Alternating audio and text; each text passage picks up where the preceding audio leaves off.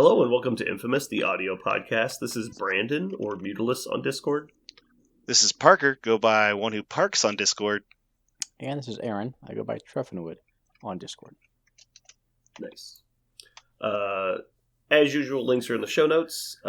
News. This isn't really news, but I'm just going to throw it out there. We just looked it up. The monsters are coming out the weekend of Halloween, which is going to be November 1st. So it'll be just the day after Halloween. And then Abomination and Mephisto come out the following week on the 8th. So if you guys are looking for those, they should be out in stores. I'm really excited for Mephisto. I think I'm going to... Yeah, Mephisto looks cool. Also the monsters. I think I'm actually, in general, I'm pretty excited about this whole upcoming wave. It's a little odd they broke it up into 2 weeks, but I think they just wanted to try and force the monsters out closer to Halloween. Aaron, a long time ago, you said of all the things that got shown at Adepticon, the monsters were the ones you were most excited about. Are you holding to that? Or you think you might actually get them, or you might pass on them? What do you think? I am 100% going to buy the Monsters box. Okay, cool. And the train kit. I didn't say that. I did not say that. Which monster are you most? Are you excited to do like a monsters only thing and do all of them, or are you going to put a monster somewhere that you're like, I want to go here? I really hate to say this because I know Josh wants to so bad. The problem is Josh and I are the same person on the inside. Mm-hmm. Like he wanted to play Asgard, and Asgard's always been one of my when I got into the game, it was Asgard Wakanda. Those were the two affiliations I bought to start the game. Mm-hmm. But anyway, and so I kind of let him have his Asgard for a while, and then I played it a little recently. But yeah, I kind of want to just run whatever Dracula's leadership is, despite how bad it is. I just want to run Dracula for probably until we get new crises. So I might just be running Dracula for like 3 months. I think we all convinced ourselves that Dracula's leadership is not bad. It's not even middling. Okay. I think it's actually effective. Well, we're going to find out. Yeah. I think jokingly people were like, it's as bad as Claw's leadership, but I think it's way better than that. I think it's actually much better. I disagree. My hot take here is, yes, you would love to just heal one on Dracula every time your people go. Problem is your opponent gets agency on that. They're not all going to be having bleed on them, letting you heal Dracula, and they can decide to focus Dracula. Like any character in the game that you want to die after they've activated, they can just die. So, yeah, there may be games where I just continually heal Dracula for 20 over the course of the game, and there may be times when Dracula gets 2 shot off the board. And I'm willing to bet that the former isn't going to happen as nearly as much as you would like as the Dracula player. I actually think the thing that's sleeper good is the heal is fine. I think, like you said, I think the heal is actually situational. But I think doing 1 damage constantly, like to your opponent, is just like, I think the bleed is not nothing. I don't think it's automatically winning, but I think it's not nothing. If it was 1 damage and heal Dracula for 1, I think that would be super great. Mm-hmm. But bleed. That would be way too good if they were also bled during that time period. Because you could just just going to kill they'd have to already be bleeding, right? So you still have to set it up. Be within range 2. There's a lot of restrictions on that. Well, but a lot of characters can apply bleed pretty easily. Like, obviously, all the X people can. And so you're just like, oh, look, I bled you. I'll spend a power, you take a damage, and I heal my leader. And you're like, oh, God. So clearly it's not that strong. Yeah. Again, we'll see. Yeah, I'm happy to just give it a shot. I'm excited for werewolves. I want a werewolf. I'm actually really Well, I would be too if I thought that his fucking moon card worked the way you thought it did. I'm going to play it the way I want to, and somebody's going to have to tell me to stop. I play mission objective, and just see what happens. So Parker, what are you currently playing? I have been currently playing the Wolverines card, and lists that go with the Wolverines card. Although I'm staring at Warfare Weekend coming up, and what do I bring there? And I usually switch things up for cons just because I've been doing something for a while. So I think I might bring Hydra to Warfare Weekend just because I like sporting Hydra. I've been talking about it for a long time, and I think I might pull it out finally and play it at a con. It sounds like a lot of fun. I think I would enjoy it all weekend if I got to play Hydra. So it'll be Hydra plus cards that buff your guys. So Sleeper Agent on Hulk, Soldat activated on Winter Soldier, and playing primarily Red Skull 2, although I think there's plenty of space in it to do a switch to a Strucker list, and so I've got Strucker in the back pocket. But I think it'll be a lot of fun. Regardless of how well it does, I would have fun playing Hydra. So Cool. Yeah, I think that's my favorite thing about Hydra is that they always just, even if you're not winning, it always feels like they're like trying to Doctor Evil their way into second place, and so it's always fun to do that shit. I love playing cards like World Domination on shit like Sword. People are like, "Why are you playing World Domination on Sword?" You're like, "I don't know, it might happen." And then and I give myself a weird side quest, and it happens, and I end up it ends up working really well. I'm like, cool. Try to get your $10 off of me. Yeah. I am not playing that card. You should though. It actually works a little bit easier now that Zemo's got a card too. Like, it's not, now you made me think about it. My favorite is when, I think was it Richard was playing against you? Yeah. And I walked over and was like, man, he's going to get to play the card. And you're like, what do you mean? He's not even close. I'm like, he's actually pretty close. And you're like, give me that thing. And he's like, okay, this. All right, I got to stop one of these. Like, all I know is it's never happened. It's never happened. I shouldn't have said anything. It would have happened. So one of those, you're just like, wait, there's no way you've met all the restrictions. And you start reading the list. You're like, a lot of these are actually pretty easy. Yeah. So I have, unfortunately, not gotten to play a lot lately. I'm still playing my Electricity list with Loki and Spider Foes. I've only gotten to play it once, unfortunately, but it was pretty fun that time. Sandman hits like a truck, apparently, so that's weird. A truck full of sand? Truck full of sand. Nothing. Yeah. I don't think anything blocks a truck full of sand, and I think that's not really. I mean, if I pick up a dump truck full of sand and hit you with it, it's gonna hurt. Yeah, I don't think there's any like superpower that stops specifically truckfuls of sand. Yeah. I've also been very interested in trying to put Apocalypse into a Strucker list for the leadership interaction, but I haven't even looked at that yet, really. So, Aaron, what have you been playing? After I got back from Springfield, I haven't been super motivated to do a bunch of deep diving myself. So Mike from Omaha posted a list that he said he'd been having a lot of fun with, which was Steve 3. And I was like, great. Copy, paste, put in my bag, take to game night. So that's what I played last week. Nice. And then I remember why I love... Say what? Did you have ultimate luck with it and just roll over people? No. I went 2 and 2. I'm reminded why I both love and hate Steve 3. I think Steve 3 is pretty much the definition of a win more leader in MCP. Mm-hmm. There are turns where like Sam pushes 4 people and you're like living on the top of Mount Olympus like a god, and you're like, the opponent's like, what do I do? You're like, you just lose. Other times you miss all of your triggers, and this feels bad because you can't obviously do it every turn. But my biggest issue, though, with Steve 3 is the tempo. Because everything costs a power ahead of time, not afterwards like Red Skull 3, you're oftentimes very power-starved on, say, turn 2.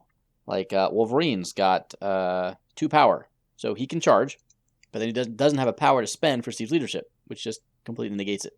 So you're hoping to get dice work out to then have power to do it on your second attack, which won't benefit from wilds. It's all, like, specifically with Wolverine, some anti-synergy, but same thing with, say, pick your model. A bunch of models have just enough power to do what they need to if they need to turn 2, but not an extra one to spend.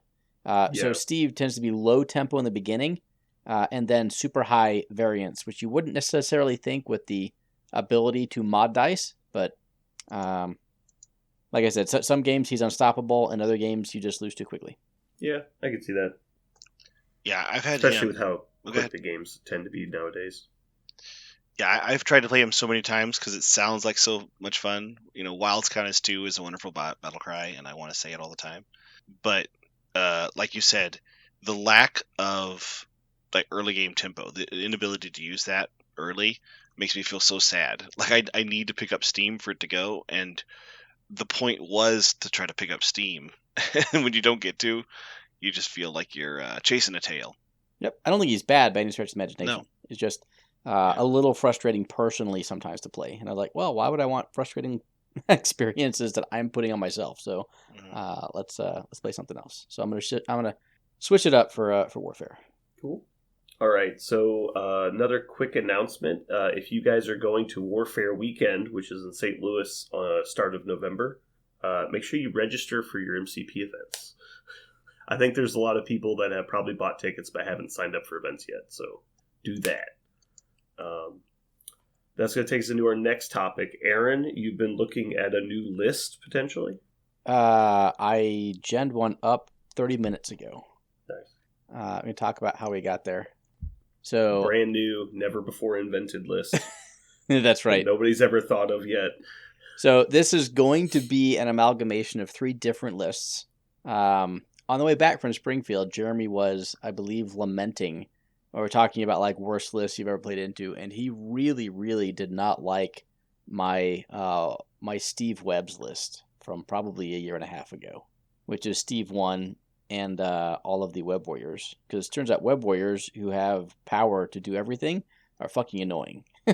When Gwen gets the lightsaber for 1 and Miles is placing for 1, yeah, that's really bad time. I had a great time pulling people off points and pushing people off points, and I only played it for about 2 weeks, but it was really good. So I was like, yeah, I think you just bring that. I think you just took pity on us. Maybe. Yeah. Then I was just catching up on some perusal of the WTC and noticed in some chats that Pat played Avengers and played apparently the same 4 models at 19 points in all 6 games. Those 4 models being Steve 1, Hulk, Shang-Chi, and Cable. At 19, down the middle, just Cable gets to buff dice, and everyone gets to, be relatively tanky while putting out decent damage. Shang-Chi with Cable sounds good. Yep. And I realized that is an alt format. Like, I'm not saying that it would necessarily be the list that Pat or anyone else would take. However, it seems like a pretty good 4. And based off of my previous list building that I took to Springfield, I'm really convinced that if you want to be competitive, you need to have a solid plan for down-the-middle attrition and a solid plan for scenario. You can't be a scenario team that has a backup plan to play attrition when you have to. I really think you need to have 2 plans that are both chef's kiss stellar. So, what if I combined this Web Avengers list I had earlier with this down-the-middle bricking super tough guy list from Pat? And list, I just mean those 4 characters. Obviously, a concept he ran very well. And then the third inspiration is Aaron England and what he was doing last WTC, or not WTC, LVO, which was basically playing wide Avengers with Steve 1, Zemo, and reserve members. Because when you combine Cable, Black Panther, and Steve, and Zemo with reserve members in the same list, that can get pretty spicy. And I beat him only due to dice, either failing him or succeeding for me. Like, he had a super solid plan, just didn't work out. So I want to combine those 3 list concepts together into one Steve 1 only Avengers list and take that to Warfare. That's my that's what I want to do. Mm-hmm. What are your initial thoughts on that concept? I think it's good. I've never been a fan of the Steve Web Warriors hybrid just because I know there's obviously the restriction of you can only really get 2 Web Warriors into the Avengers list. Obviously, Beast being there helps a lot. But I always just thought that if you were going to run that package, Webs has more tools. But since you have multiple packages within that list, it does give you added flexibility. So I actually like it. What is your... I will say that... I'm sorry. Did I interrupt you? I was just going to say, what is your intended Webs package? So depending on the point total, it would be Steve, Miles, Gwen at 10. So I have 11 people in the list right now. Do you want to try to come up with what you guys think should be the list, or should I tell you the 11 I have? Well, I think we should try and guess it, actually. I think that'd be interesting. So I guess just give us a yes or no. So obviously Steve. Yes. Then Miles, Gwen. Yes, yes. Beast. Yes. And then we know Shang-Chi, Hulk, and Cable. Mm-hmm. My next guess would be Black Panther. Correct. Parker, you want to jump in? Zemo. Correct. Black Widow. Ooh. Yes. I did not expect Zemo. There's one more. I would imagine it's a 3-pointer. I'm guessing it's Quicksilver. No. I think Quicksilver should be in the list. We'll talk about that later. Okay. Yeah. Luke Cage. Luke Cage. Okay. Luke Cage. So that's 11. gonna- I have to trim someone from that list, potentially 2 if we're adding someone else. I mean, it should be Luke, right? It's Luke Cage. Yeah. Yeah. Okay. I know that sounds like a windmill slam kind of answer, but I've played the Cap, Cable, Zemo package a lot because that's what I did at Adepticon as well. Mhm. And I can tell you that Luke is definitely extra weight that you don't need. Okay. I can't imagine when you would play him. You do need another 4-pointer, and this is actually where Why? I think. You don't need. You need a 4-pointer into that package. The Cap, Zemo, Cable package. I think it just fits well. And Sure, usually I have Panther and Shang-Chi. yes. Yeah. This is exactly what I'd love to know with you guys, because I'm looking at my version list right now. It's right on Yeah, my screen. Parker needs to add more 4s. I get it. And I know that's what I need to do. But the point is, Shang-Chi and Black Panther are in it right now, but I was actually staring at this just today, wondering, when do I play which one? Because Black Panther is so strong in Steve 1. I need to play Shang-Chi, obviously, in order to figure out where he's good. But I guess that's my question, is where do you see Shang-Chi taking over Black Panther in this list? Because Black Panther synergizes with Cable just a little bit better. He synergizes with Cap just a little bit better. So when does Shang-Chi get played, and you love to see Shang-Chi instead of Black Panther? So I have very few games with Shang-Chi. I would imagine it is potentially, I want Panther when I value his mobility, Mm-hmm. right? To move long, pounce for 1, make an attack, push people off points. If I'm playing scenario, I think Panther comes in. If I'm playing an attrition game, I think Shang-Chi's the answer. And that might be wrong, but that's how I would initially go at it right now. I see that. I played Black Panther when I wanted to kill things, because Pounce plus Mantle is just eats things. Sure, Continue. Shang-Chi plus 2 dice from Cable means he's rolling 6 dice counting blanks. It seems pretty good. But Black Panther's doing it at more ranges. Really? I He's guess just it's not everywhere. getting Mystic. Yeah. Yeah. And I guess Shang-Chi so does get Shang-Chi Shang-Chi gets does get Mystic. Mystic. That's Yeah, not and then he nothing. gets it infinite There range, you go. Thank you. That's one thing. Absolutely. Go ahead. So you might be right here. Let me just, okay, I will accept that Black Panther might, like he might have not been in Pat's list because Pat, a different teammate needed him. On the other hand, I have so few games with Shang-Chi, I really want to put him on the table. Okay. Because playing against him makes me want to really pound my head into a table. Yeah, he seems really crazy good. Especially under Steve 1. Like, so I played against Quentin's Shang-Chi with rerolls from Miles, which is probably just as good as rolling 2 dice. And after I attacked him once with 8 dice, did no damage, and he got to throw me, I was like, I'm never attacking that guy again. God, the turn 1 charge on him seems so unfair. Yeah, he's turn 1 charging. The dragon chases its tail, the throw, for 1, again, with the super defense dice.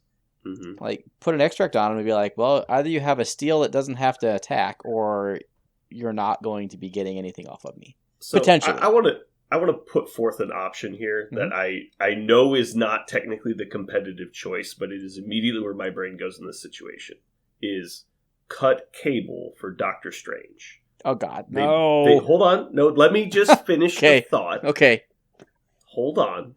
Because obviously Cable is a better model in a vacuum, and he's a good model in this list. That's not the problem. All I'm saying is if you bring in Doctor Strange, you gain the healing mechanic, and you gain more board control. Because Cable does damage, but he doesn't move people. Strange can move people and stagger them and activate them. And he can heal your 3 incredibly tanky models. And so my list would be Black Panther, Shang-Chi, Cap, Strange. Okay. And that list can outboard control almost anything. And no one's dying. If you've got Doctor Strange throwing an extra dice, he's also healing people. You've got Cap bodyguards for the inconvenient attacks that are getting on your models. How is If he you throwing an shove extra that dice? brick, do it. How is he throwing an extra dice? Strange is doing the defense dice that the Cable does. They have the same ability. Oh, yeah, okay, got it. Yeah. But Strange then has med pack on a stick. Yeah. That was all that's all I wanted to bring up. I know it's not technically probably the more competitive option, but that list is just, I don't know what can kill that. Well, let me add Strange, and think about it. I'm not all about the, min-max competitive. Mhm. We can have fun too. It's possible. I just know that, like, that brick, because you basically got 3 4-point martial artists. Cap only gets it on the back, but that's fine. Cap can be rolling 8 defense dice with freaking counting blanks. Cable gives you a passive bonus to the list that cannot be understated, and it's such a huge deal.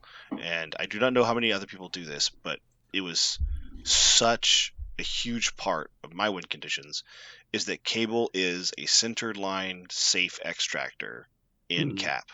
And that is so huge, because you want your extracts on your long-range models that kind of stay out of harm's way. And the fact that Cable can go up to the middle, grab something, and move backwards on a 5-pointer that's not an out-of-faction model or a melee model, like so many models that do that are also like got to kind of stick around in melee. That's how they're balanced. And yet Cable precisely just contributes at range 3 and 5 all the time. Yeah, that's fair.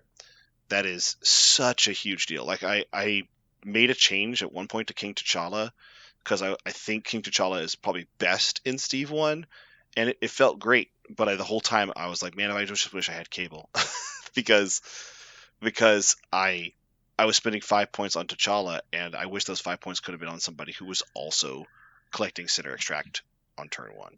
I wanted T'Challa, but I really like OG Panther here, and so I was gonna stick. I wasn't gonna put 2 of them in the list. Now my issue when I cut Cage is I have 4 3s, and 3 of them are not affiliated. That seems. I do not know. I'll just stare at it, but I would heavily encourage you to try Quicksilver, because Quicksilver gives you, in the scenario play, a stealer.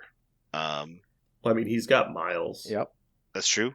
But I think if we go heavy scenario, it's going to be, like I said, Cap, Miles, Gwen, Panther, Zemo. Or Panther if Beast. You were going to put in like Quicksilver and you had space for another character, I would say put in Namor, because in Steve, he's a turn 1 charger. You basically get the extra point value worth of power generation, and he's a safe grabber. I really think I only have room and space for 1 5, so it's either Cable, Strange, or Namor, unless you're going to convince me to drop Hulk. I'm not sure I want to go that route. I don't think you drop Hulk, because he's just a different piece, but also he is your safe grabber in some missions, right? Like if you're playing Alien Ship and Hulk hits the table, he's your safe grabber. So I do think that I don't think it can be Namor, because Cable lets you do all your defensive tech with Shang-Chi. No, yeah, I think Panther losing Cable would be a big deal. Or Strange, even though Strange is also not a safe extractor, he gives you the defensive. I don't know if you could replace either of those people in the 5 slot. Now, you said Zemo would be in there in the scenario package. It's Cap, Zemo. Well, it would either be Zemo or Beast. So Cap, I plan for 17 and then shift around, right? So it would be Cap, Panther, Miles, Gwen, and then the choice is Beast or Zemo. Why would you play Beast over Miles? Yeah, it can't be Zemo, you're right. It'd have to be Beast. Oh, yeah. It'd be Beast, Miles, Gwen, Panther, and Cap. I don't love Beast in that slot. He's just your only option. Like, he's better than Luke. Yeah. And it's just the displacement? That's all you care about? Yeah, the double walk throw. He has a double medium move throw, yeah. He can get to anywhere. He can win almost any point, because who's going to put 2 people on every point? You're not wrong. I just feel like Quicksilver gives the list something. I feel like Extracts is how you lose with this, because... Yeah, but I mean... Go ahead. Admittedly, there's more tactic slots now than there's ever been, but at the same time, that card specifically pretty much sucks. So what missions are you running with this? What missions? I want you to know that... So I'm just thinking, are you running a bunch of civilian missions?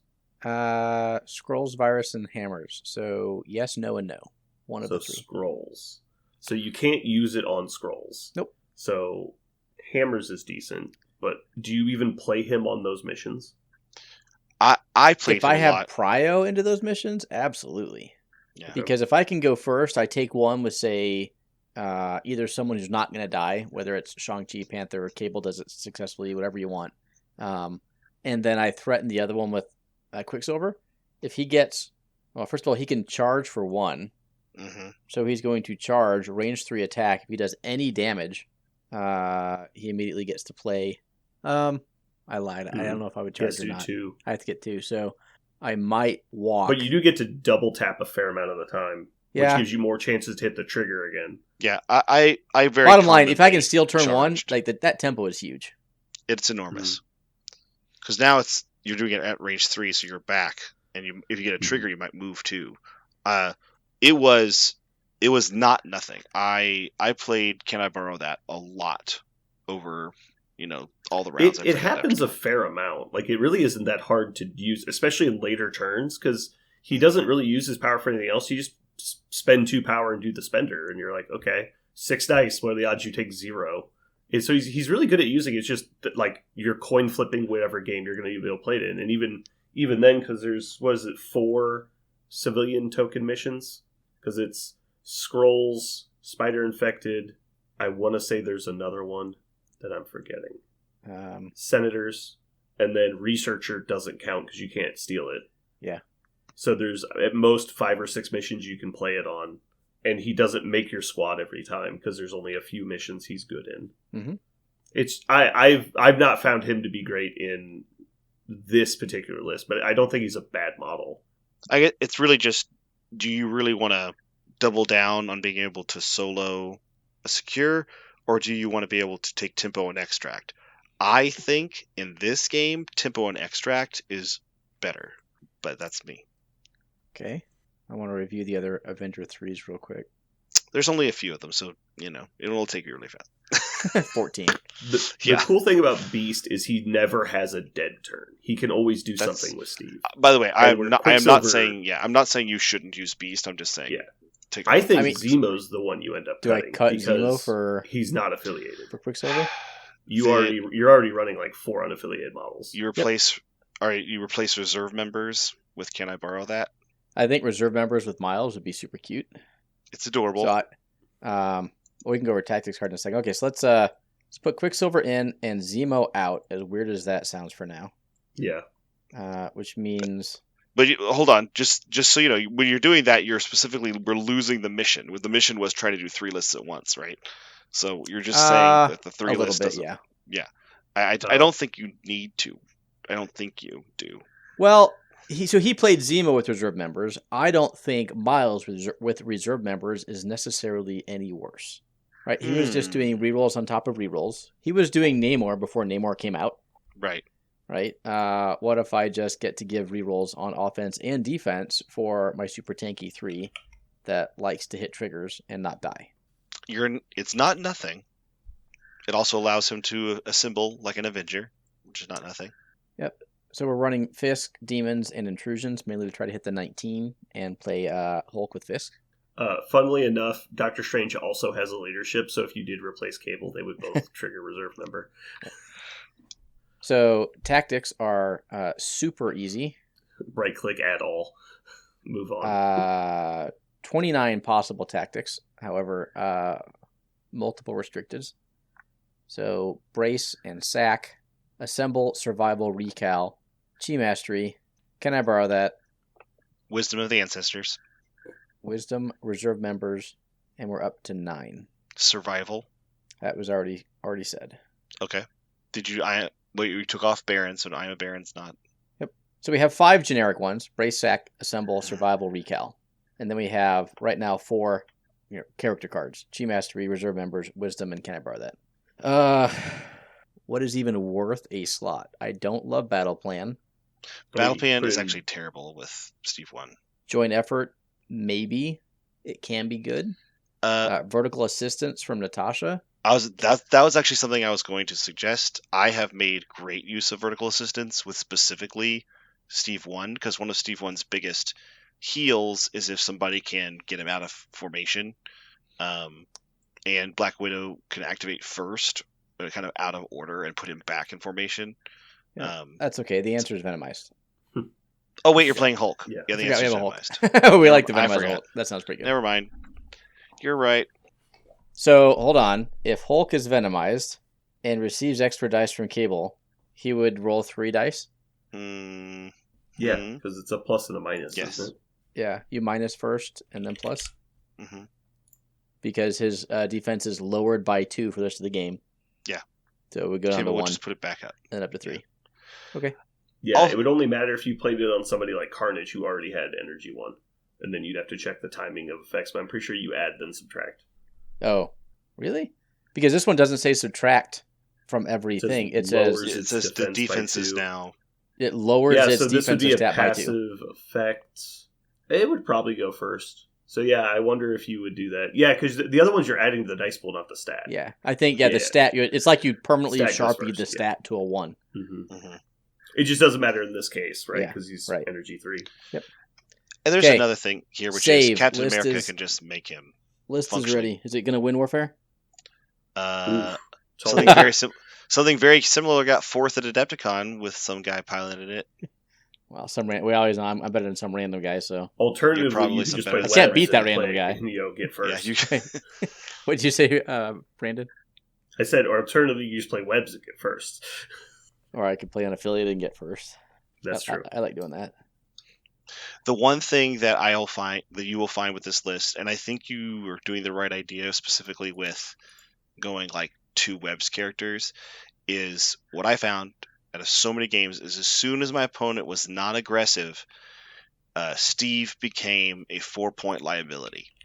Like he was actively bad. The best way I chose to leverage him after a bunch of practice games was to activate him early and do the thing I normally don't do, which is pick up an extract.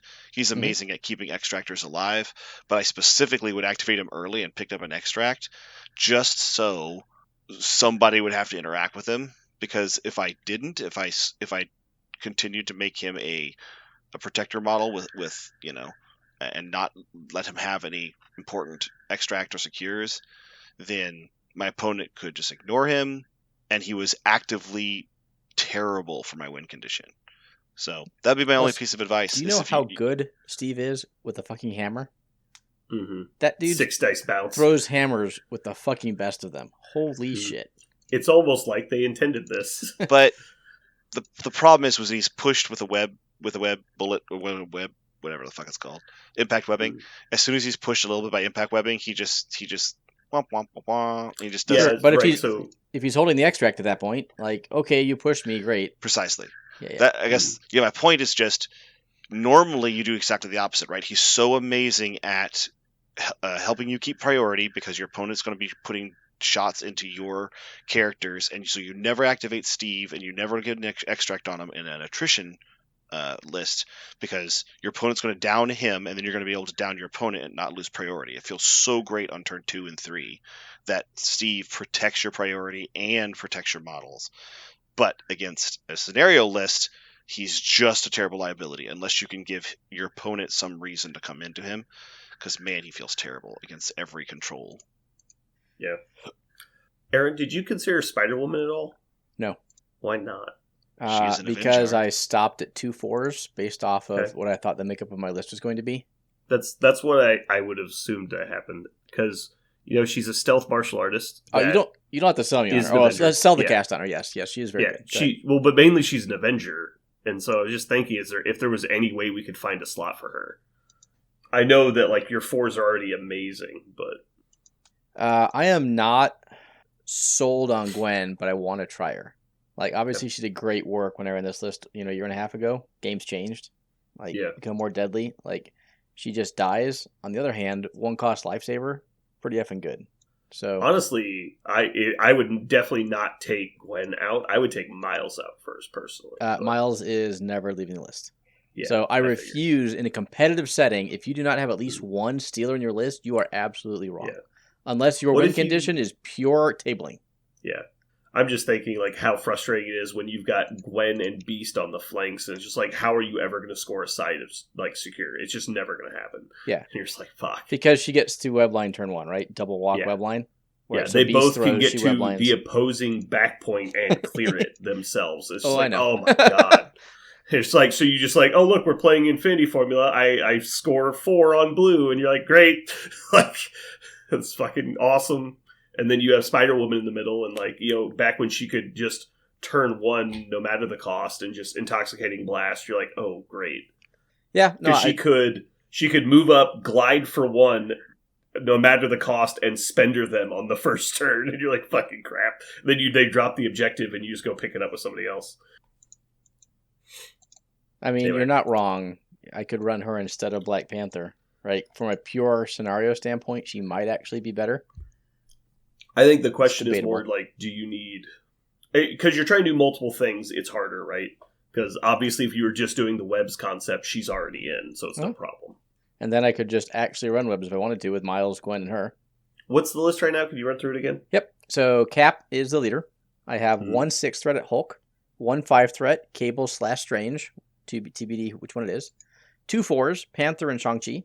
I then have 4 3s, 2 in affiliation, Beast and Quicksilver, and 2 out of, Miles and Gwen, and then 1 2, Black Widow. That's 10. And that's 10. I'm not sure I'm going to use Black Widow all that often with this setup because Yeah, but she makes the points work. I know.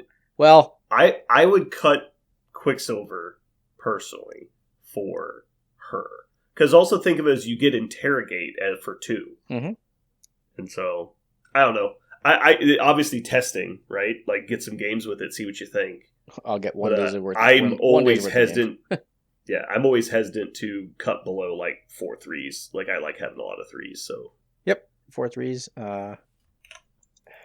Yeah, we'll see what we do. Parker, you're the one who put Quicksilver in. What are your thoughts on Brandon's proposal? because she fixes the steal problem, but she has a reoccurring steal. She's also another martial artist. She is affiliated, and she brings Interrogate, which is a whole new way of scoring that the list doesn't have right now. So you're saying Quicksilver because you can switch a 3 down to Black Widow? Is that... I'm saying 4 3s is ideal in every It's list, just I saying, think. yeah. This would only have 3. So that just means Because that in he is almost every redundant, game, I'm playing Cap, Beast, Miles, Gwen when I go wide. How the only times it will ever matter that you don't have Quicksilver is when you wanted Quicksilver and Beast, which by our math is basically never. There is something... And so the downside is you cannot take Quicksilver over Beast. Which I would do, say, in a Hammers game where I don't have Prio. Right? There are very specific situations where I would want to play Quicksilver. Yeah. So he is definitely a specialist role for me in this list, not having played it a lot. But I think he's very good in that role, as Parker pointed out. Whereas Spider-Woman would replace Panther, and it'd be Cap, Spider-Woman, Beast, Miles, Gwen at 17. On a pick your 5 wide F extract. Right? That's what I would probably play that team on. I mean, I don't hate it. That feels really good. There is one way also to look at Quicksilver, which is, you're right. There could definitely be a game in which you absolutely want Quicksilver and you're like, he would have been more better than what I have right now. Yeah. But there is something that you have in your list which I didn't have in mind. My original one, the reason I love Quicksilver in there, is you have Hulk, and Hulk becomes 2 3s. Mm-hmm. And he's still a controller, and he's still a safe extractor. Like, he's still got great tempo with Steve 1. So one reason why you can play another 4 is that you have Hulk, I think. Yeah, he shrinks the roster by being 2 3s. Yeah. Yep.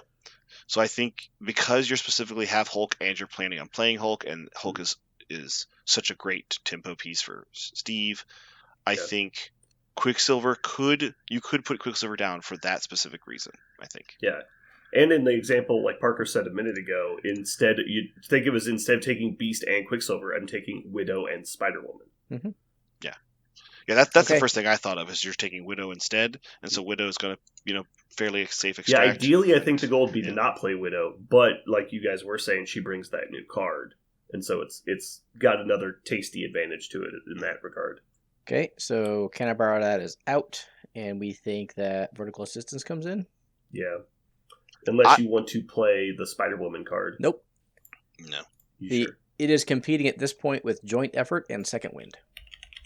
I mean, if you're going to play Researcher... Nope. I know you're not playing it, but like, if your plan is to win Researcher, Joint Effort's good, right? Joint Effort can be good in a myriad... I'm playing Intrusions. Joint Effort's great on Intrusions. Mm-hmm. I don't have any super beams to take advantage of it, but I won Springfield because I played Joint Effort when I really needed to one-shot Miles. Let's roll 14 dice, see what happens. I think joint effort feels really good on characters like Zemo and Black Panther because you can re-roll them, right?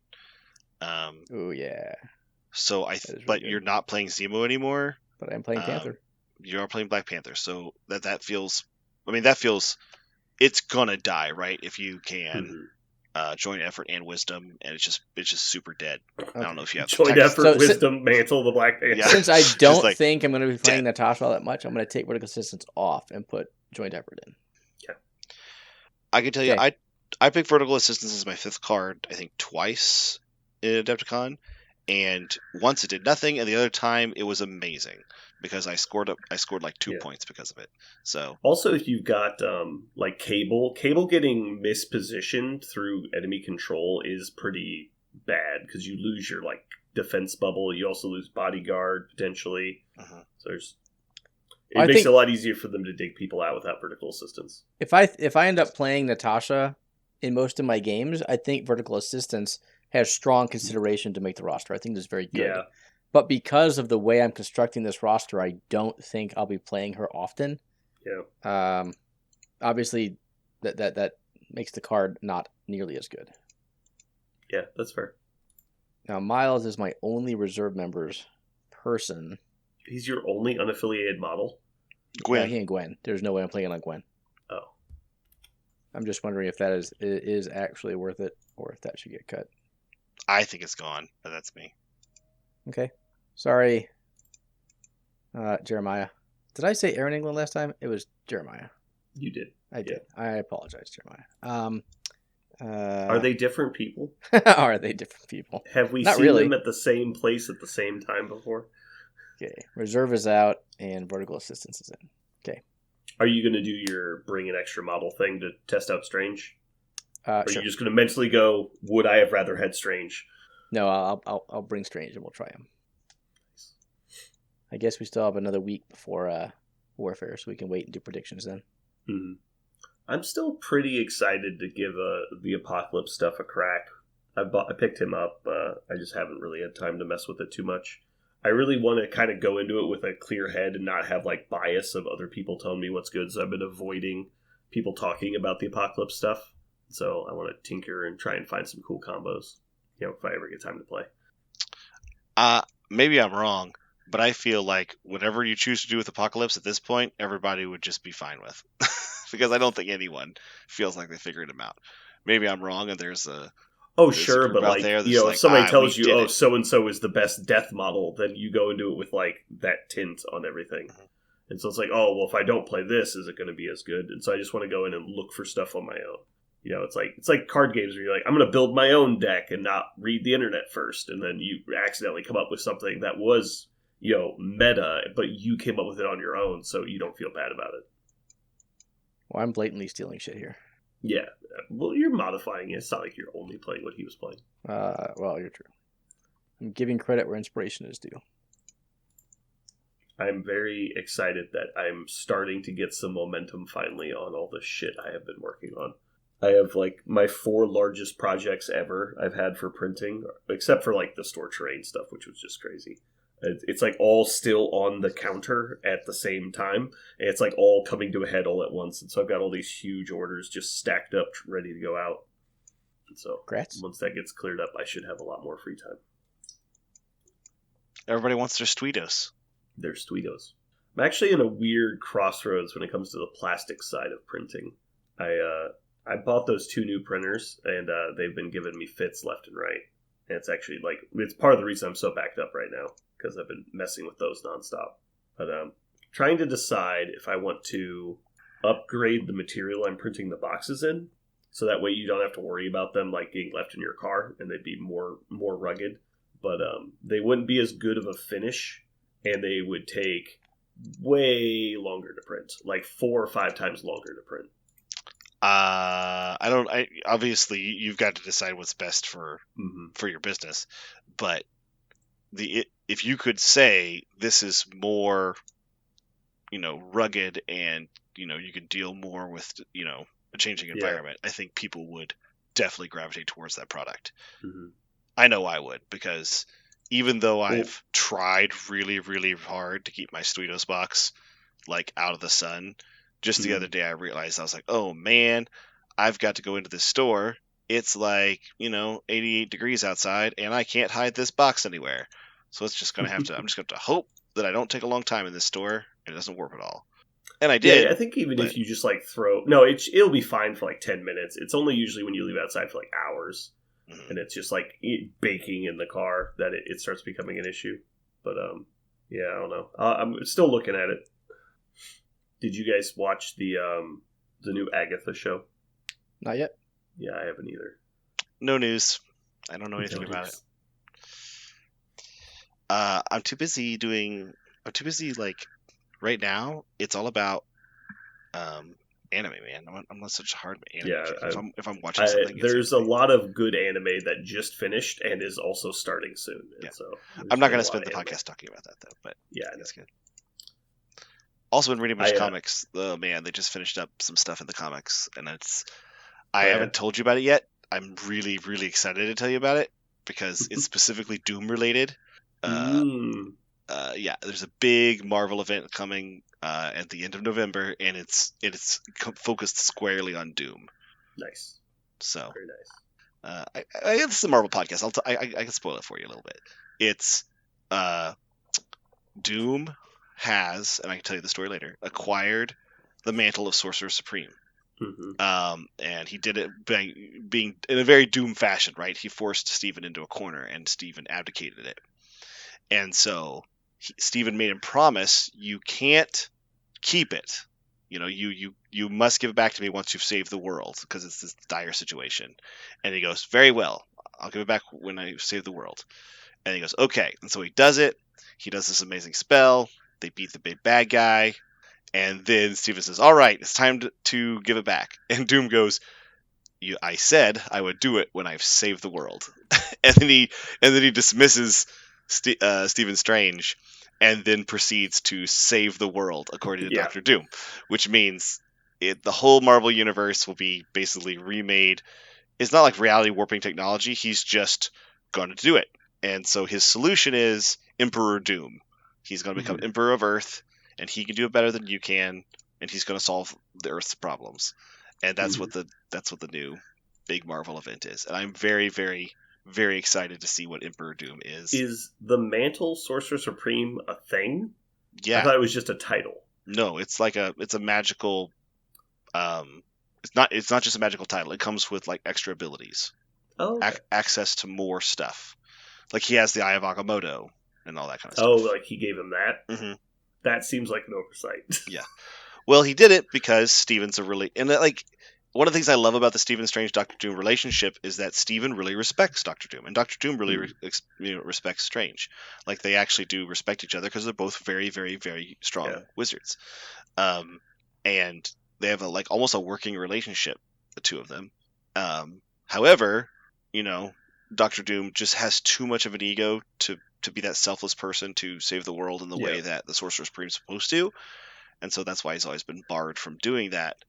But it's unclear whether he took advantage or created a situation that forced Doctor Strange to abdicate it to him. Mm-hmm. And now he is taking advantage of it by declaring himself Emperor of the world. So my favorite part is it's going to be one of those Marvel events where it's not just a few characters are talking about it or there's a few issues. Every single issue for a few months will be what it's like to live inside of the world if Dr. Doom is the Emperor. Mm-hmm. In the same way they did when Captain America became the leader of Hydra. So it's that kind of thing where it was not a universal rework. It was just, this is the way the world is now. Like, how do we deal with this? So I am all right, really excited. While we're on the topic, do you have a comic corner? Oh, I do. This comic corner comes from way back when, in ye old 1999. I was 15 years old. Aaron was what, 49, 51? How old were you in 1999, Aaron? I was go It's fuck easy. yourself years old. It's easy. Just take a little bit off the top. In 1999, a really amazing, very short comic. It only had like 8 issues was put out about the character Warlock. And not to be confused with Adam Warlock, of which there's lots of titles about Adam God. Warlock. But Warlock, the character from the New Mutants. And the reason why I mentioned this specific issue is because for no reason, and I don't know what the Warlock the character did to earn this kind of attention, but Louise Simonson wrote this. And for those of you who don't know who Louise Simonson is, she is an award-winning author who has also penned numerous award-winning comic books. And some of the most famous comic books of all time, both DC and Marvel, were penned by Louise Simonson. And also, for some reason, she wrote these issues for Warlock, the New Mutant character. It's a really strong story that happens to also be drawn by Pascal Ferry. Pascal Ferry is one of my personal favorite. I think he's kind of an acquired taste. Not everybody likes Pascal Ferry's pencils. He's the artist that is responsible for this really... the thing that he does very, very well is this super energetic art. Like, everything just looks really dynamic, and his colors are very bold and powerful. He loves just, like, taking over a whole page or panel with a lot of energy effects. And so his panels just look very alive. They look like a special effects if you could put it onto a paper. It's really crisp and clean and awesome looking. And so Pascal Ferry and somehow Louise Simonson got together to make this very strange, very small story in the Marvel Universe called Warlock. To give you a brief synopsis, Warlock, for those who don't know, he is a techno-organic being. He's an alien from another part of the galaxy. Techno-organic beings have the ability to infect non-living material with a techno-organic virus. I'm sorry. I missed it backwards. Living material with a techno-organic virus. And that's what it does. You can also transmute non-living things as well. And so... I have a question. Yeah, go ahead. Isn't the techno-organic virus supposed to be bad? Yes. And so Warlock specifically, one of his jobs on Earth is trying to find anyone who is misusing the techno-organic virus, trying to weaponize it, basically turning into germ warfare. And so that's how first issue of the Warlock solo title starts. He is investigating somebody who's trying to take the TO virus, TO short for techno-organic, and they're trying to weaponize it. And they're actually weaponizing it using a mutant, a young mutant girl, whose name is, of all things, of course, very silly, Hope. Is her real name is Esperanza, but they call her Hope. And the reason why is that they basically use her mutant power and infect her with the techno-organic virus, and her mutant power is basically just to transmute things. She's like an alchemist, and so she's unconsciously constantly using her her powers to, rather than letting herself become transmuted and die, she just keeps transmuting everything around her. So everything she touches, she literally just can't touch anything. It's just like she basically gets a Midas touch for the transmode virus. And so Warlock discovers that she's being used as this terrible lab rat to see if they can spread the disease. And so Warlock kidnaps her from the bad guys, and the bad guys, of course, are following after her. They make up brand new bad guys for this series, and over time, they also meet another group who's a group of humans whose job it has been to find the techno-organic virus on Earth. And so they're trying to find Hope and eliminate her because she's such a vector for the disease. But they're also totally fine killing Warlock because he's a sentient version of this virus. And so it's Warlock in between this triangle of death following around Hope, which is the techno-organic virus, regular authorities that want to just try to stop her from hurting people, the organization that created her, and this new group who's out to get everything TO.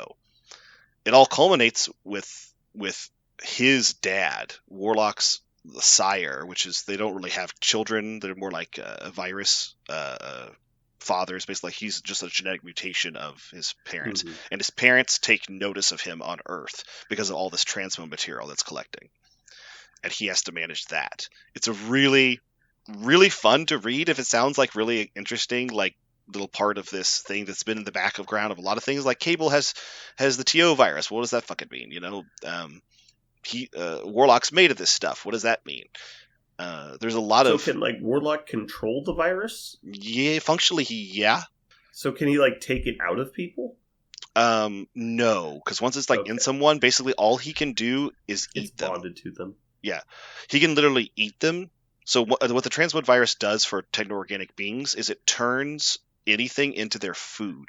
So a techno-organic being can eat anything that's been infected and consume it, and all of its chemical energy is converted into something that they can eat.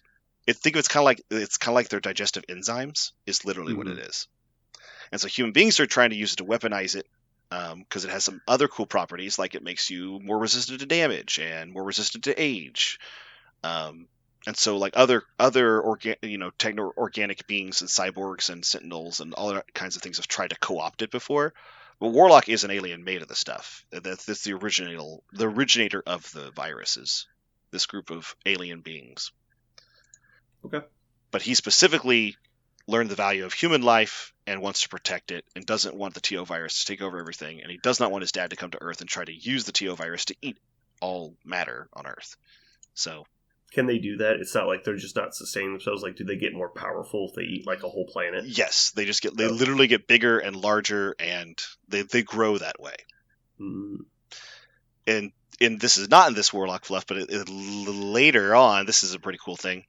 They actually, because when you think about it, when you're absorbing, matter, you're also absorbing information. So, in the newest X-Men comics, they basically theorize that the biggest supercomputers in the universe, which scientists in our world consider like black holes, might be kind of like the greatest supercomputers because they just have infinite information constantly pouring into them in the form of matter. So a giant techno-organic being who's just consumed a ton of stuff through this transmode virus cycle would functionally become just like an infinite supercomputer and eventually like a black hole, like a Dominion, right? These like insanely powerful thought machines. And that's basically what the techno-organic virus's like eventual purpose is, to just become this enormous being that matter and energy, time and space doesn't really apply to it anymore, just because it has infinite knowledge. But that's some super hard, cool sci-fi stuff that's not really talked about in this Warlock issue. But if you have a subscription, check out Warlock, the self-titled issues from 1999, and you'll have to wade through all the Adam Warlock issues called the same thing, but you'll find it. You can also find it by searching out the amazing author, Louise Simonson, or Pascal Ferry, the artist. It's really good stuff. A lot of fun. Cool. Do you guys have any more thoughts or anything you want to talk about today? I want Warfare Weekend to happen now. That's all. Oh, yeah? I wish it was happening this weekend. I'm tired of waiting for it. I want to go away and play games and not have anything to do except wake up, play games, and eat. That's what I want to do. This whole Parker, life are you thing. Following the vote on the last week's Mojo World? What? You should go to the Infamous Content channel. Aaron is stirring the pot. Oh no, he said exactly what we all thought, which is Lake Placid was the only answer that anyone should have been voting for. You know what we should have done, Brandon? You and I should have just withdrawn. We should have just bowed. Both of us should have withdrawn, so the voting would be easier. Yes, it just would have been everything for Lake Placid. Are you looking at the post? Yeah, they're supposed to just tell me that people need to watch Lake Placid. I just unvoted for you. Now you have 0 votes. Oh, good. You can just... It's basically just a giant shark and a giant alligator just playing chicken, and Parker was in the middle. Yeah. All right, you guys ready to go? All right, well, thanks for tuning in, everybody. Hopefully you enjoyed. We're going to call it in early today. And this has been Brandon. And Parker. And Aaron. And you've just listened to 1v1 Me IRL Bro.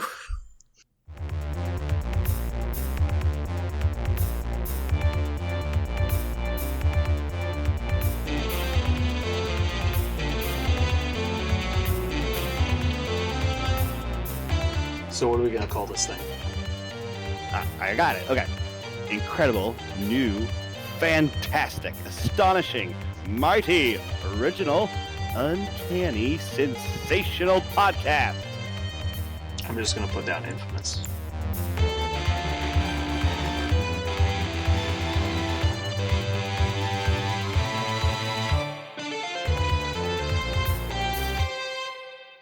We're back.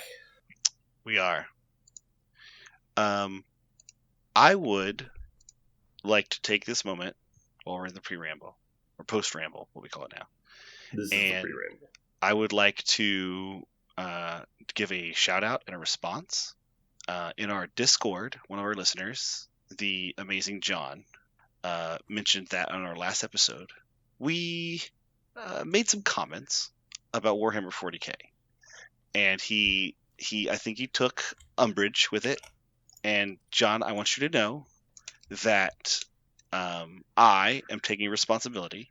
And rather than just talk about how much I dislike the game, I'm going to try it yet one more time and prove that I don't like the game. Because I am joining a really fun league that Brandon is helping to organize. And I'm going to play. John is aware of the league. Yeah. John was invited and refused. Okay. So, John, if you'd like to come and play in the league and let me have fun, I challenge you to help me have fun at a single game of Warhammer 40k. Because I'm going to be. You should challenge him to jousty bikes. Yeah. Yeah, he can bring some bicycles. Your jet bikes into each other. Yeah. I am getting some jet bikes from a friend named. I don't know if he listens to the podcast, but Jim is going to give me some awesome jet bikes. Super amazing, generous person that he is. And I'm going to play Elf Boys on jet bikes, and I'm going to try to have fun. I really am. Just remember, don't go full on Kenny or Lenny and just squeeze all of his models. No, I'm not going to do that. Don't do that. I'm not going to do that. I am, or it's like, don't go Lenny and squeeze, or don't go Kenny and put a single color on one fin in one afternoon. That's how you do a Kenny on somebody else's model. But, all right. Contrary to Parker, I stand by what I said. I don't recall any specific thing I said about 40k last week, but I'm sure I meant it in the moment. Oh, I didn't say I didn't mean it. I just want you to know that I actually don't recall anything we said. Was I telling the story about Feast of Blades? No, I actually don't think we said that much negatively. It's just, It was the story of how a friend of mine asked me about 40k in general because he was playing Space Marine, and I told him my experience with 40k, and we talked just a little bit about it. But I want you to know that, like any good addict, I'm willing to jump back in for just a moment. I'll get off the wagon and see what the ground is like. We'll see how it goes. But something tells me it's hard. I think you're going to enjoy it. I don't think you're going to hate it. I think I will too, and it's because specifically we're curating the people I'm playing with. That's the thing I'm most looking forward to. I love every time you tell the story of every time you've tried to get into 40k, and you basically just made a Craigslist ad, want to play 40k, and I don't know if you're aware of this. You should be at this time, but that attracts a certain kind of people. Honestly, so. Yeah. It was one of those, don't worry about it, guys. I found a game master on Craigslist. You're like, he's not coming to my house. What are you talking about? It's like all of a sudden. It's really, I expect when I play a minis game, because I've played, several now, that when I put a post on like a local forum and to say like, hey, I'd like to play this minis game called Pick Your Title, right?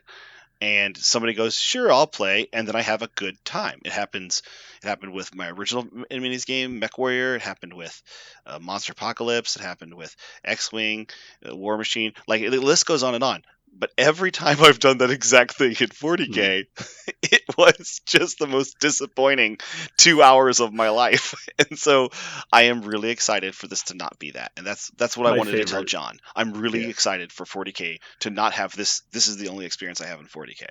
So I'm excited. I hope John gets to join the league. And what you did is the equivalent of posting 1v1 me IRL, bro. Like, that's the equivalent of what you did on Facebook. I did not think that's what happened when you ask people for games on Discord, but that is apparently what happens. So my personal favorite is when you described the game of when you were trying to play Tau, and the guy's like, yeah, I'll just bring my Tyranids, I'll show you how to play. And he literally just built a wall in the middle of the table with large buildings. I was like, all right, let's play. And you clearly couldn't see any of his models. He's like, did you have fun? He's like, no, I never did anything. I just stood here. I'm ready for that not to happen. And we don't need to talk about all the things we don't like about 40k. It's well documented at this point. Yeah. But That's why I'm so sure that I'll have all the evidence I need at the end of this league to say Nice. absolutely pro or con. I'm excited. All right. Stay tuned for Parker's 40K podcast coming out called 1v1 Me IRL Bro. that's not the name that it would be at all. That's the name. It's going to be real. That's a strange name for a podcast. It's asking for it. I think it's very straightforward. Aaron, how was your week? I had a spectacularly fine week. Thank you for asking. Nice. My to-do list is shit. I'm down to one. I have one thing on my to-do list. Nice. That's how I only the define my week week. we're down Is how long is gonna that say. list? I was gonna say that's pretty early to be down to just one thing.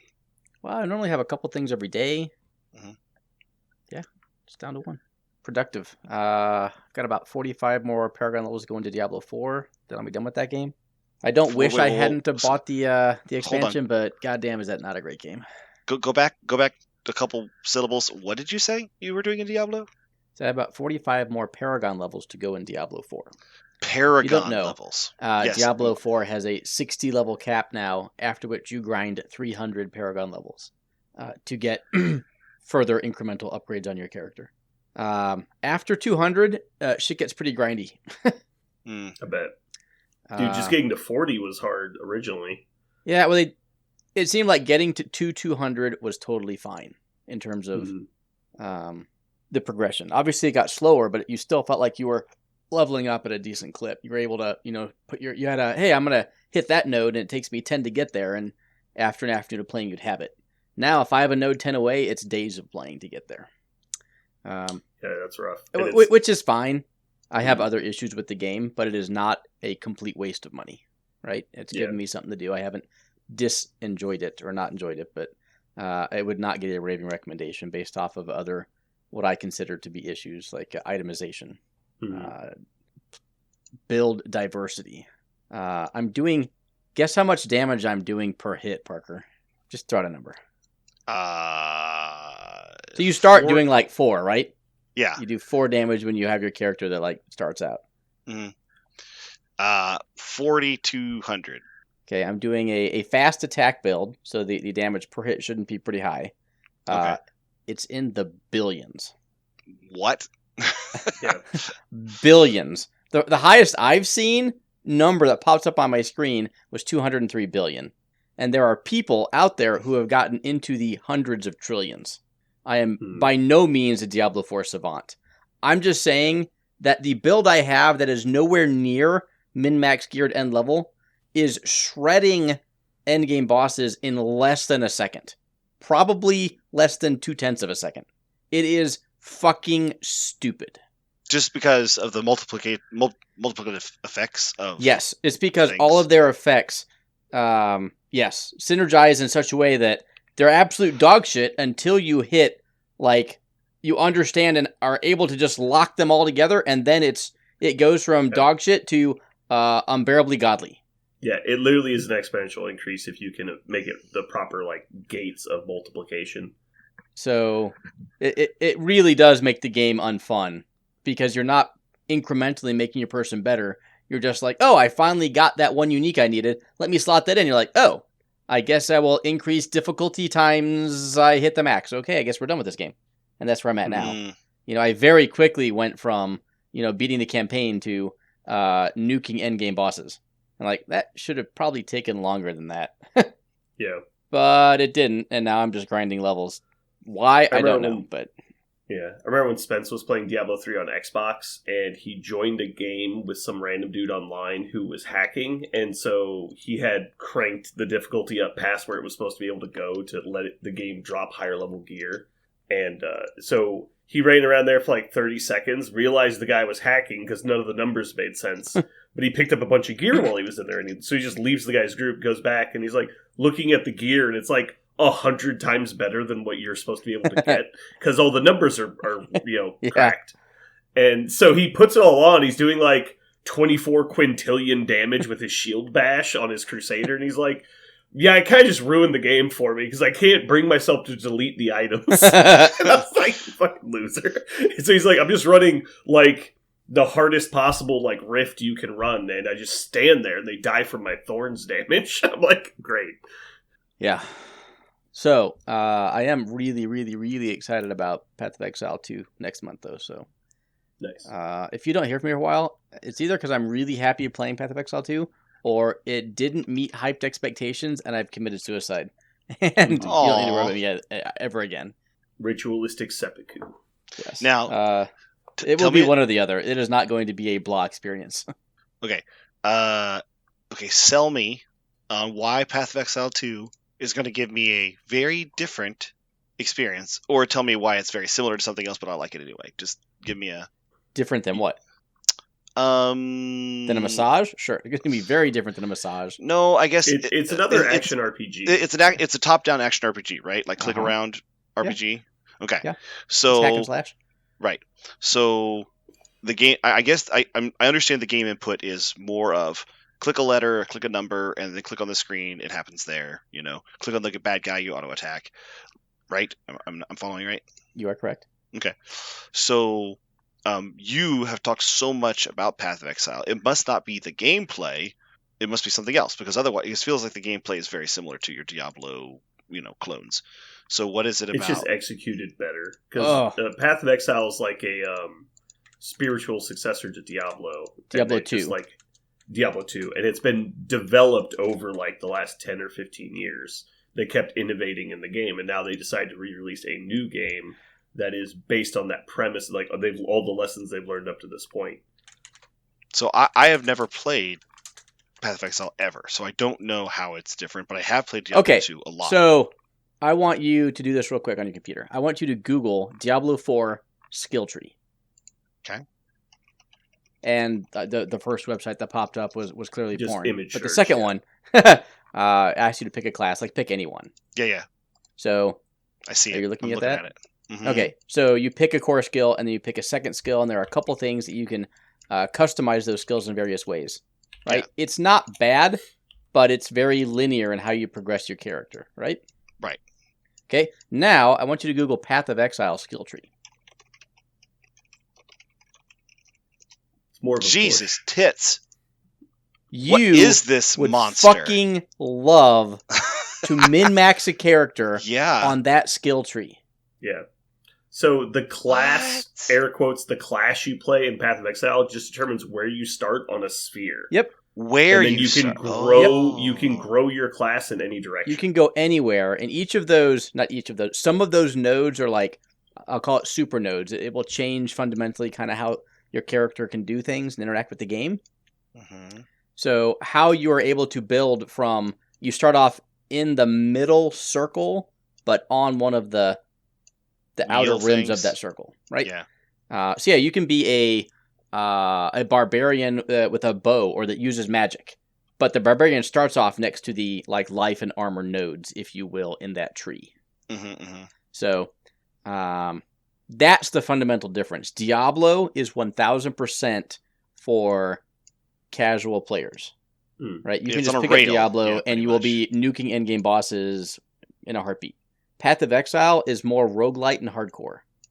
Like if you go to Path of Exile and you just download the game and play it, you're probably going to brick your character, and by that I mean make a character who is unplayable at the end. Just because you're just like, well, if I click these nodes, you're like, yeah, it turns out that doesn't work. Like, you need to actually put thought. And a lot of it has to do with mechanics that you don't know when you start out. So everyone bricks their first character in Path of Exile. If you're not following a build guide, right? If you're just doing it yourself, you're gonna go through a lot of. It's a steep learning curve. Okay. But Path of Exile is a thinking man's ARPG.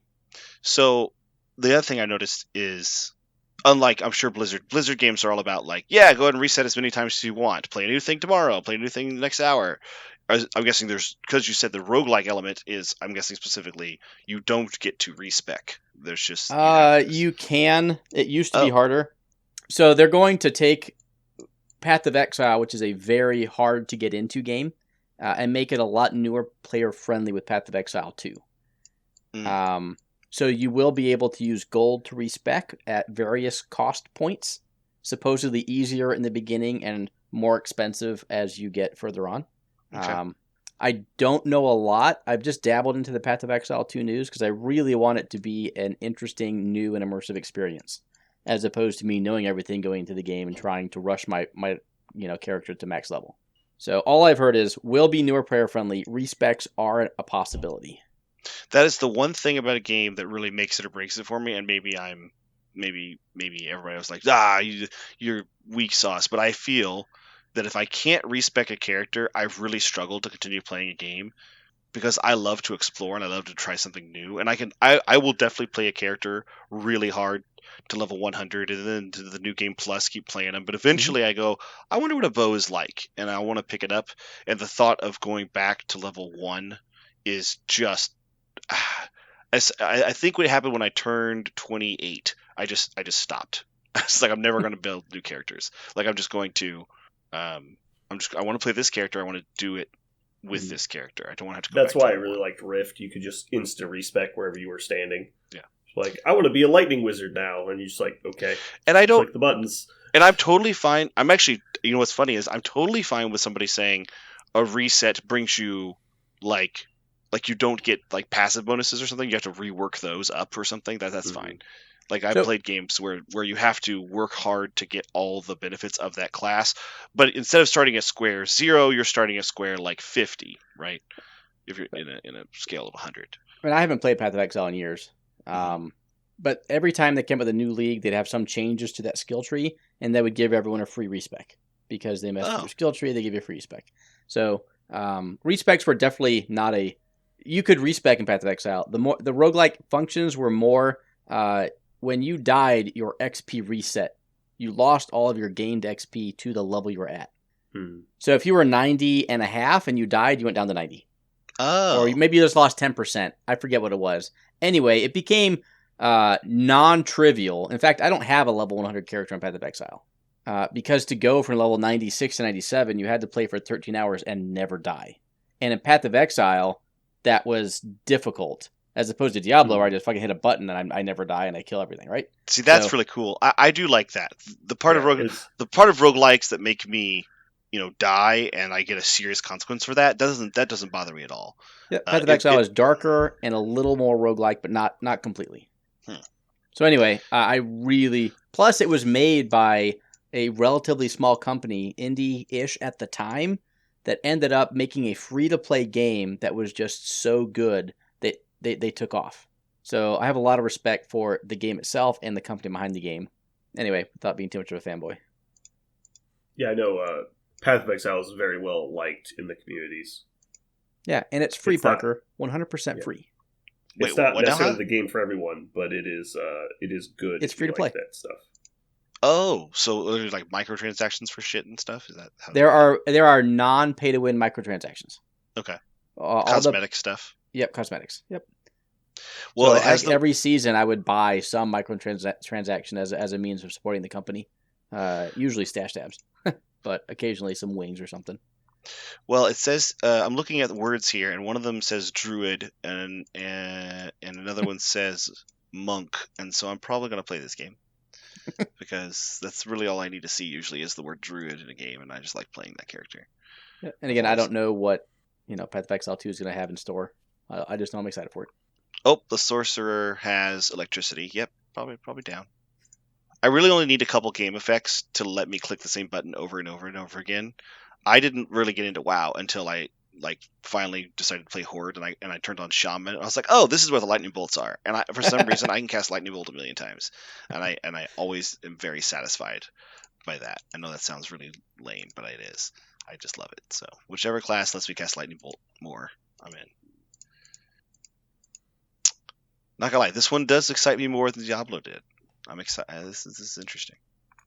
What is the cooperative element? Is there a cooperative element, or is it all single player? Yeah, you can play couch co-op as well as probably online co-op.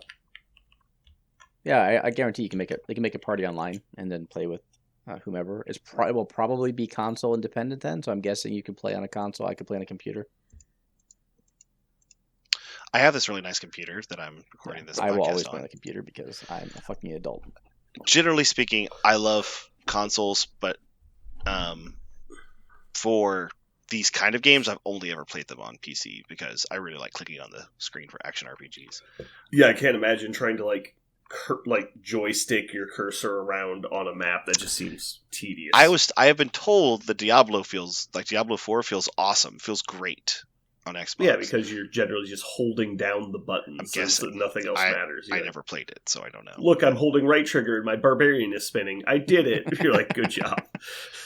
And I know some people just swear. They say their first-person shooter feels amazing on PC. I've never, ever enjoyed it, and I have tried. I've always just been a console guy for that. But yeah, I'm. This is actually not gonna lie. My video games have my video game roster's got a big empty space in it right now, and I know you've talked about this game a lot. Every game that you ever showed me before, I decided I loved, so I'll probably like this one too. Cool. Especially the price is right.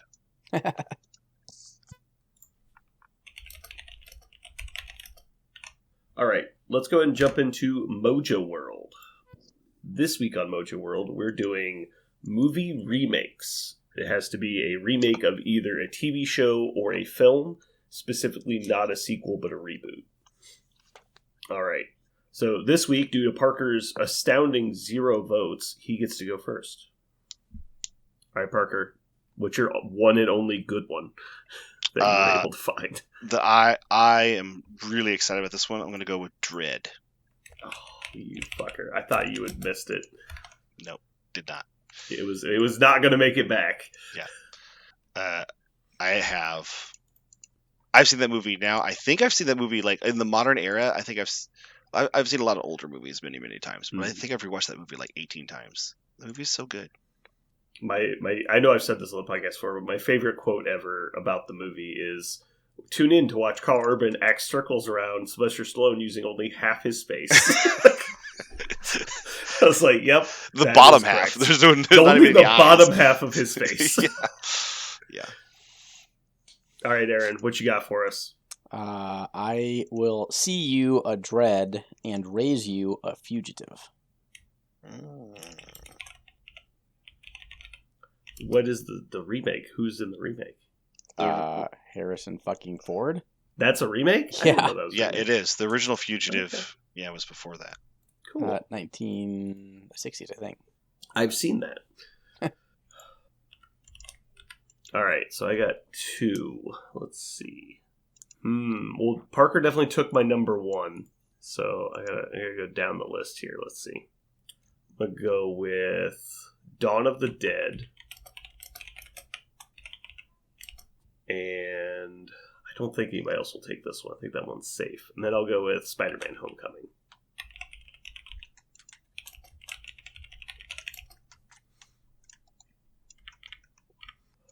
All right, Aaron, next pick. Normally I wait for pick number 3 for my sleeper, but we're going to slot it up to 2 because this is the first thing that came into my mind. Ooh. Dragnet. There was a Dragnet movie? Yes. And a Dragnet show. I knew there was a show. I didn't know there was a movie. There were 2 movies. But I think they Have were... you not seen? Oh my god. All I remember from Dragnet is watching it on Nick at Night and going, why the fuck would anybody ever watch this? I would change the channel. Wait, the original show? You're talking about the original show. He's talking about the TV series, I think. Yeah. I'm talking about the 1987 movie with Dan Aykroyd, Tom Hanks and Dan Aykroyd. Okay. Yeah, I didn't even know they did that. That's cool. You should watch that one. I think you would enjoy it. I think you would too. I very well might. I like Dan Aykroyd. Yeah, and a very young Tom Hanks. Alrighty. Parker, what's your last 2 picks? I'm going to bring it home with Star Trek. Which one? It has to be the first one. There are multiple. No, it has to be because it's a reboot. It has to be the first one. Because the other ones are sequels. No. Yes, it can't be. It's the one from 2009. The one just called Star Trek. That's because the next gen movies are in the same universe. Yes. They're continuations. Yes. There was also a Star Trek the Motion Picture, which was a movie based off of a TV show. But it's a continuation. It's the same character. Yeah, it's starring all the characters. Got it. Yeah, so there's only one legal option, and it's the first Chris Pine one. Yeah. All right. And last pick. I'm going to go with You know what? I always go with a goofy one, but I love this one. McHale's Navy.